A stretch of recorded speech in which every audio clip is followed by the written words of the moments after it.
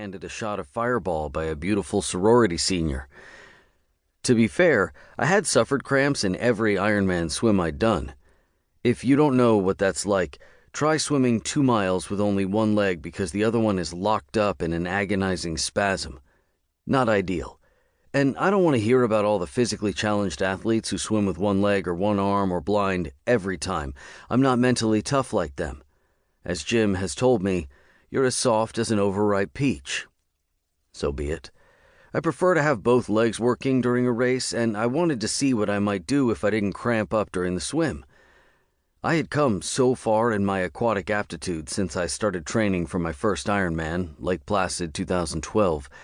Because Lake Placid Ironman sold out every year within minutes of when registration opened, Jim and I had signed up to volunteer in 2011 so that we would get priority registration and have a better chance of getting a spot in the 2012 race.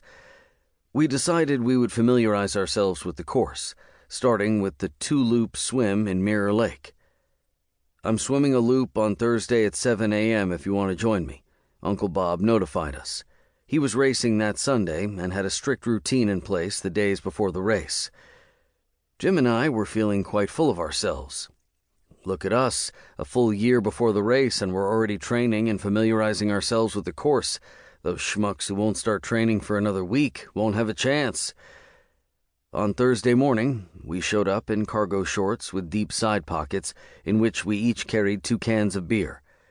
We did this to ensure that they would still be cold when we finished the swim. Uncle Bob shook his head. You two are something. You really are.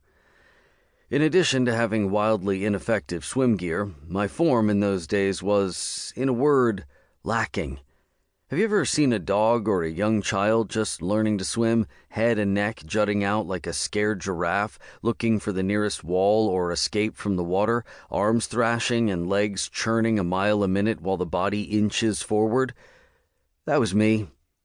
Swimming is all about form, being streamlined and efficient. It should look effortless and graceful as you glide through the water, cutting through like a Ginsu knife through one of our beer cans. Tip: you can't win an Ironman race during the swim, but you can lose one. Slow and steady will get the job done, and you'll live to see the bike. Stay calm and swim on. I had moved to California to work for Disney at the beginning of 2012, so I joined the Disney Tri team to meet some people and gain some training tips. One weekend, the team sponsored a swimming class with Masters swim coach Stuart McDougall and his daughter Mandy, founders of Mind, Body, and Swim. It was revealing.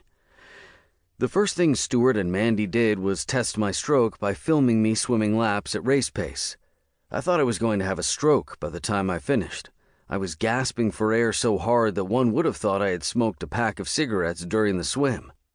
I learned that I was using roughly 10,000 strokes on each lap, a few more than the 14 I should have been taking.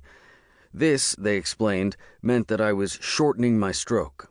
That is, my arms were churning in short, quick bursts, reducing the length of the pull through the water and diminishing the distance traveled per stroke. The result was that it took me many more strokes to swim the same distance, expending way too much energy.